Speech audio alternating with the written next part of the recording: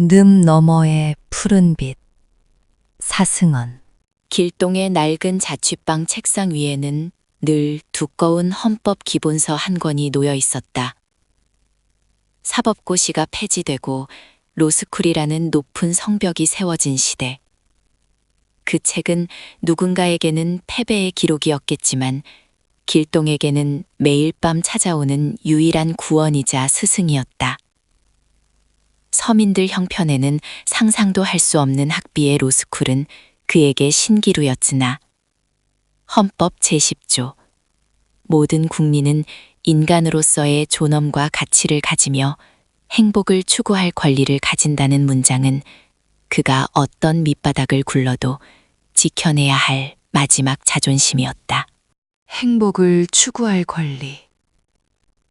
그래, 이건 누구도 뺏어갈 수 없지. 사실 길동은 단순한 법학도가 아니었다. 한때 소규모 법무법인에서 베테랑 사무장으로 이름을 날렸던 그는 수만 건의 소장과 준비 서면, 변론 요지서를 직접 써내려가며 수많은 판례를 분석해온 이 분야의 숨은 고수였다. 때로는 서슬퍼런 법리를 세워 거대 기업의 횡포를 막아내는 날카로운 검이 되었고, 때로는 법정 복도에서 절망하는 이들의 젖은 손을 잡아주는 따뜻한 방패가 되기도 했다. 그러나 그가 몸담았던 사무소가 대형 로펌에 합병되면서 모든 것이 변했다. 거대 자본과 권력 앞에서 길동 같은 베테랑 사무장의 존재는 아무런 의미가 없었다.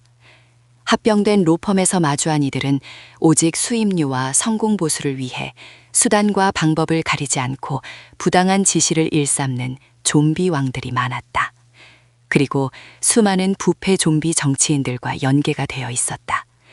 길동은 그들의 꼭두각시가 되어 억울한 약자들을 잡아먹는 좀비 사무장으로 남기보다 비굴함을 던져버리고 당당히 사직서를 제출했다. 비록 앞날은 막막했지만 길동은 이제까지 갈고 닦은 자신의 삶과 희망에 비친 법의 청검을 그런 추악한 놈들에게 쓰고 싶지 않았다. 그 길로 그는 자본금을 모으기 위해 스스로를 거친 세상으로 내던졌다. 그의 일과는 생존을 위한 투쟁이었다. 새벽 인력시장에서 건설 현장의 일이 끊기면 곧바로 촬영 현장으로 달려가 이름 없는 보조 출연자로 드라마 속 행인이 되어 시간을 팔았다. 만약 그것조차 없는 날에는 지체 없이 택배 상하차 터미널로 향해 밤새 허리가 끊어질 듯한 통증을 견디며 물건을 날랐다.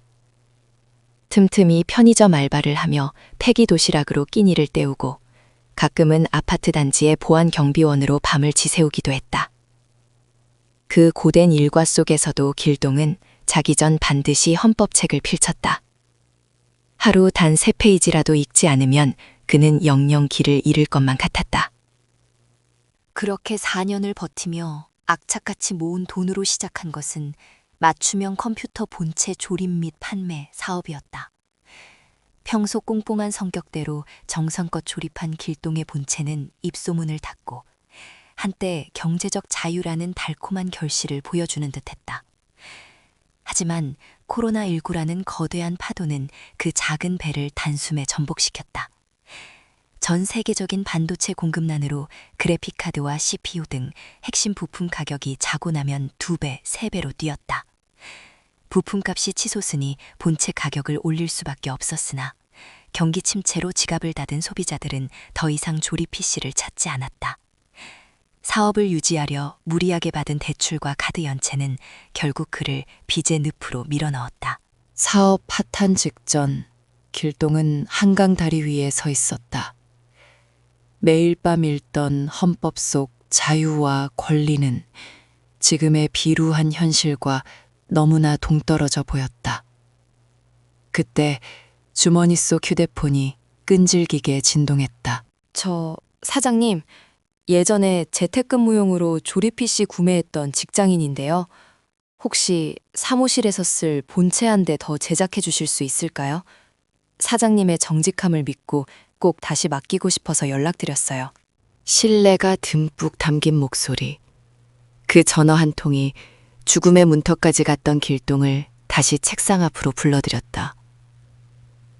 그는 며칠 밤을 꼬박 세워 정성껏 컴퓨터를 조립했다. 부품 수급이 어려워 마진은 거의 남지 않았지만 그는 배선 하나하나를 예술 작품처럼 정리했다. 그것은 길동이 세상에 내놓는 마지막 진심이었다. 드디어 배송 당일, 길동은 무거운 본체를 들고 강남의 세련된 오피스 빌딩으로 향했다. 문을 열고 나온 의뢰인은 눈부시게 아름다운 직장인 여성이었다. 하지만 그녀를 마주한 순간 길동의 기억 저편에 묻어두었던 뜨거운 풍경 하나가 되살아났다. 그녀는 단순한 고객이 아니었다. 수년 전 거대 기업의 횡포에 맞서 가산을 모두 잃을 위기에 처했던, 그러나 길동이 날카로운 법리와 끈질긴 증거 수집으로 끝까지 지켜내어 마침내 억울함을 풀어주었던 그날의 의뢰인이었다. 사무장님, 아니 사장님, 역시 당신이 맞았군요. 그녀의 눈시울이 붉어졌다. 길동의 낡은 점퍼와 거칠어진 손마디를 본 그녀의 시선에 떨림이 서렸다. 길동은 아무 말도 할 수 없었다. 그가 지켜온 정직과 법리가, 그가 포기하지 않았던 헌법 속 인간의 존엄이 눈앞에 실체가 되어 나타난 듯했다. 사장님이 맞춰주신 컴퓨터는 제게 단순한 기계가 아니었어요. 절 지켜줬던 그날의 따뜻한 방패 같았죠. 그래서 꼭 다시 당신을 찾고 싶었습니다. 길동은 묵묵히 고개를 끄덕였다. 가슴 깊은 곳에서 뜨거운 무언가가 늦바닥을 뚫고 솟구쳐 올랐다. 빚의 늪에 빠져 허우적거리던 삶이었지만 그는 결코 헛된 길을 걷지 않았음을 깨달았다. 사무실 창밖으로 쏟아지는 찬란한 오후의 햇살이 길동의 어깨를 감싸 안았다.